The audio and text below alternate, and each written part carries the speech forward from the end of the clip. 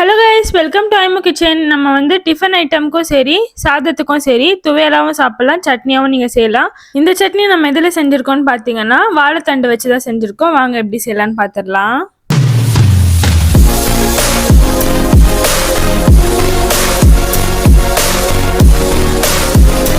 இப்போ இந்த சட்னி செய்கிறதுக்கு நம்ம வந்து ஒரு இரும்பு சட்டி தான் எடுத்திருக்கோம். இதில் வந்து கொஞ்சோண்டு எண்ணெய் விட்டுடலாம். நல்லா சூடானதுக்கப்புறம் நான் வந்து கடலைப்பருப்பு ஒரு 2 டேபிள் ஸ்பூன் எடுத்து இதை வந்து நம்ம நல்லா வறுத்துக்கலாம். கொஞ்சம் வறுபட்டதுக்கு அப்புறம் நம்ம இந்த தோல் உளுந்து இருக்கு இல்லையா, அதை வந்து ஒரு கிண்ணம் அளவு நான் எடுத்திருக்கேன். அதையும் வந்து இதிலே சேர்த்து வறுத்துக்கலாம்.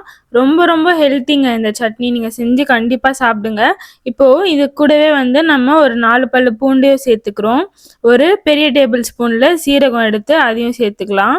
நல்லா வறுத்துக்கோங்க. இந்த சட்னியில் ஒரு ட்விஸ்ட் என்னென்னா, நான் வந்து இஞ்சி அப்படின்னு சொல்கிறேன் இந்த இஞ்சி தான் சேர்த்துக்க போகிறேன். நீங்கள் நார்மல் இஞ்சி இருந்தால் அதையும் சேர்த்துக்கோங்க.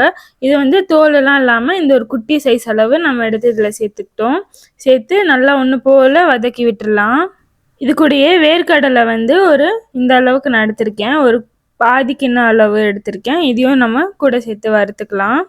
இப்போது காரத்துக்கு வந்து நம்ம காஞ்ச மிளகாயை ஒரு 4 காஞ்ச மிளகாயை சேர்த்து வறுத்துக்க போகிறோம்.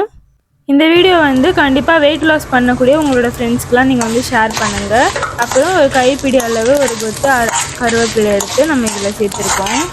எப்போவுமே வந்து ஸ்டீம்டு ஃபுட்ஸாக எடுத்துக்கோங்க. ஸ்டீம்டு ஃபுட்ஸ் கூட ஹெல்த்தியான ஒரு சட்னியாக செஞ்சிங்கன்னா உங்களுக்கு சூப்பராக வெயிட் லாஸ் நடக்கும். இப்போ இது வந்து நான் ஒரு கோலி சைஸ் அளவு புளி எடுத்து இதில் சேர்த்துருக்கேன். இப்போ இது எல்லாமே வந்து நல்லா சூப்பராக வறுத்து எடுத்துக்கிட்டோம். நம்ம மிக்சியில் இப்போ சேர்த்துக்கலாம். எல்லாத்தையுமே மிக்சியில் சேர்த்துக்கலாம். ஆனால் இப்போவே அரைக்கக்கூடாது. நல்லா ஆறிட்ட பிறகு தான் வந்து நம்ம அரைக்கணும். இப்போது நான் பாதி ரொம்ப குட்டி சைஸ் அளவு வாழைத்தண்டு எடுத்துருக்கேன். இப்போ அதையும் வந்து இந்த முன்ன வறுத்தோம் இல்லையா, அதுலேயும் வந்து நம்ம வறுத்துக்கலாம். இது வந்து நல்லா வதங்கி வரணுங்க. நல்லா வதங்கி வந்ததுக்கப்புறமா கொஞ்சம் கலர் சேஞ்ச் ஆகும். அது நல்லா நோட் பண்ணுங்கள்.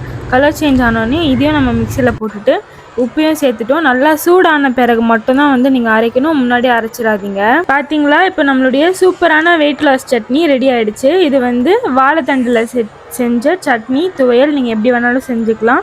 சட்னின்னா வந்து தண்ணி எக்ஸ்ட்ராவாக சேர்த்து நீங்கள் தாளிப்பு ஆட் பண்ணனாலும் பண்ணிக்கலாம். நான் தாளிப்புலாம் இதில் எதுவுமே சேர்க்கல. இதே வந்து நீங்கள் துவையலாக பண்ணுறீங்க அப்படின்னா நீங்கள் சாதத்தோடு வச்சு சாப்பிட்றதுக்கு சூப்பராக இருக்கும். வாங்க சாப்பிட்லாம். தேங்க்ஸ் ஃபார் வாட்சிங். பாய்.